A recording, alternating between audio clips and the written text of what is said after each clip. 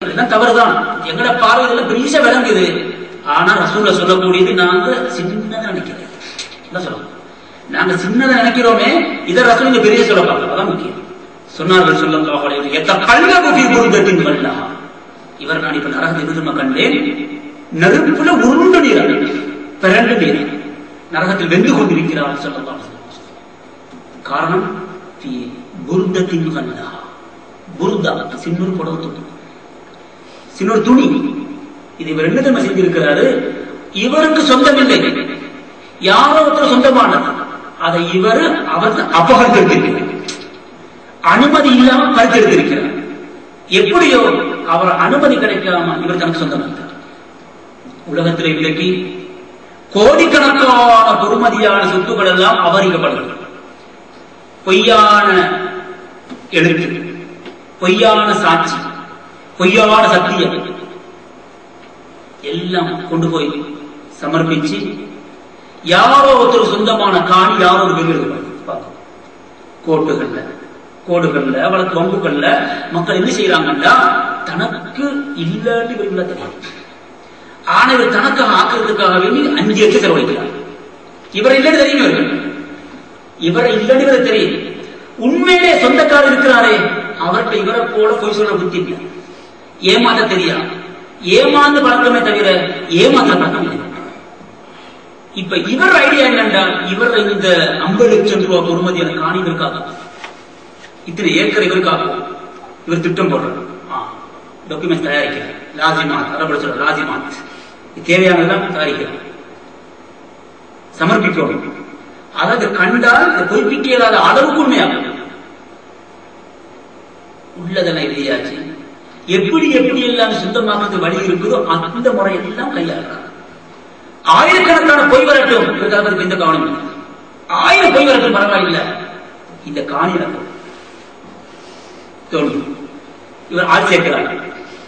எனக்கு சாட்சி நீ தயாரா? ஒரு பேர் 2 3 சாட்சியாளர். எத்தனை சத்தியம் வேணும்? அசத்தியம் பரவாயில்லை.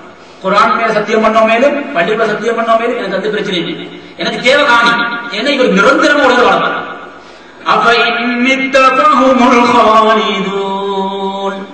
நபியே, நீங்க மூத்தாயிருங்க, நீங்களே மூத்தாக இருந்தால் அடுத்தவங்க எப்படி நிரந்தரமா வாழ்வார்கள்? இன்னக மையத்தும் வைன்னகும் மையத்தூன் ثم إنكم يوم القيامة عند ربكم تختصمون. நீங்களும் மூத்தாகுவீர்கள், அவர்களும் மூத்தாகுவார்கள்.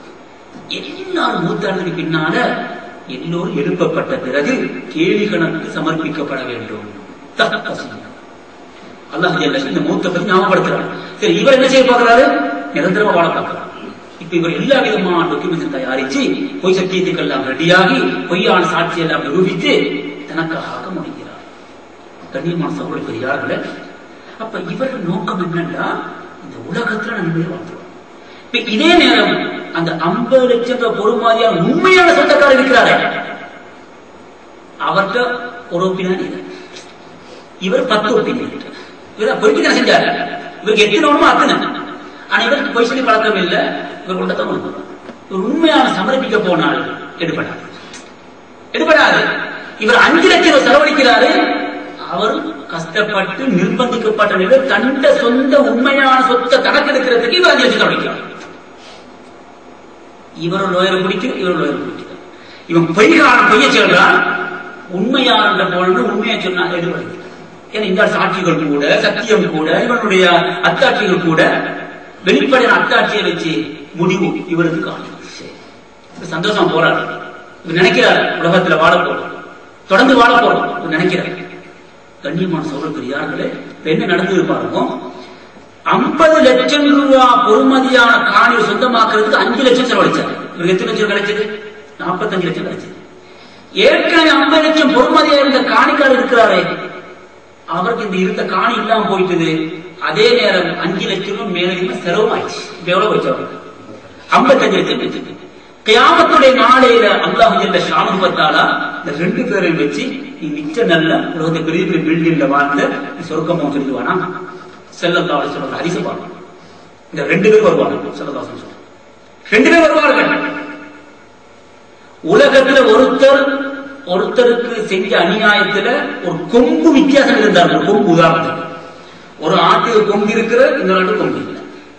கொம்பு உள்ள ஆட்டை எடுத்துட்டு கொம்பு இல்லாத ஆட்டை கொடுத்து ஏமாத்தி இந்த கொம்புக்காகவே நீ வளர்த்து கொடுக்கப்படுவது செலவாசமா சொல்றாங்க. இந்த கொம்புக்காக எப்படி தப்ப போறாங்க? அல்ல, இந்த 2 ஆடுகள் கொண்டு வரப்படும் செலவாசமா சொல்றாங்க. கொம்பு உள்ள ஆடு கொம்பு இல்லாத ஆட்டுக்கு அநியாயமாக குத்தி இருந்தது என்ற காரணத்தினால எப்படி இந்த கொம்பு இல்லாத ஆட்டுக்கு அநியாயமாக குற்றப்பட்டதோ இதே மாதிரி இதுக்கு கொம்பு கொடுக்கப்படும். இது அது கொம்ப குத்துறதுக்கு பின்னால சரிசமனாக இவ செஞ்ச அநியாயத்துக்கு சரியான பேலன்ஸ் பண்ணி கூலி துறாவா இப்படி மண்ணோட மண்ணா போகும். இது யாருக்கு நடக்கிறது?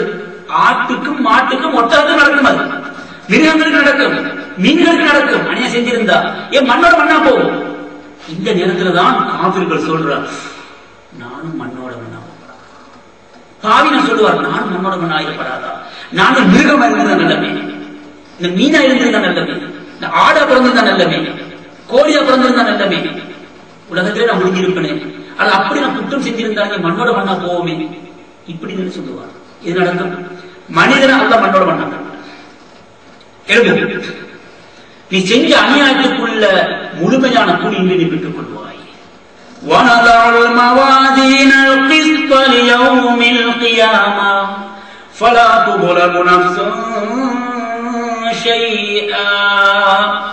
நீதத்தை தெரிவிக்கக்கூடிய உண்மையான தராசியை நாம் நிலைநிறுத்துவோம். அல்லாஹ் சொல்றார், அங்க நாங்க யாருக்கும் அநியாயம் செய்ய மாட்டோம். எந்த அநியாயம் விளைவிக்கப்பட மாட்டாங்க. தராச போடு பார்க்கிற 55 லட்சத்துக்கு நீ மோசடி செஞ்சவன், நீ 45 லட்சத்துக்கு மோசடி செஞ்சவன், நீ 55 லட்சத்தை நீ பறி கொடுத்தவன். உனக்கு இன்றைக்கு இந்த 55 லட்சத்தை கூட எத்தனை பகரமான வாங்கி தருவோம். எந்த அநியாயம் செய்யப்பட மாட்டார். ஒருத்தர் வருவார், அவரை பார்த்தால் ஒட்டகம் தூக்கிடுவார். செல்லதாசன் சொல்றார்,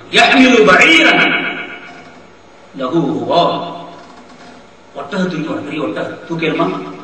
ஒரு ஆட்டை தூக்கிடு, ஒரு கன்றுக்குட்டியை தூக்கிடு, ஒரு பெரிய மாட்டை தூக்கிடுமா? எத்தனை கிலோ? 150 கிலோ. 150 ஆத்த யாரும் தூக்கிடு. ஒட்டகத்தினுடைய நிலை எவ்வளவு? ஒரு ஒட்டகத்தை யாரும் தூக்கிடுமா? சாத்தியம் இல்லை. ஆனா கியாமத்துடைய நாளில் தூக்குவார். சொல்லதாசன் தூக்குவார். தூக்கித்தான். 1 மணி நேரம் இல்ல, 2 மணி நேரம் இல்ல, தூக்கிக் கொண்டே இருக்க வேண்டும். சொல்லதாசன் இந்த ஒட்டகம் கனைத்துக் கொண்டு கத்திக் கொண்டு சத்தம் போட்டுக் கொண்டு இன்னொருத்தர் வருவார். அவரை பார்த்தா மாட்டை தூக்கிக் கொண்டு வருவார்.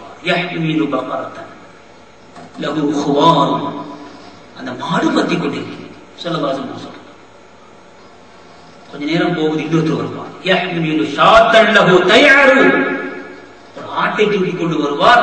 அந்த ஆடும் சத்தம் போட்டு செல்லல்லாஹு சஹாபாக்கள் யார் சொல்லலாம், என்ன செய்தி, என்ன நடந்தது?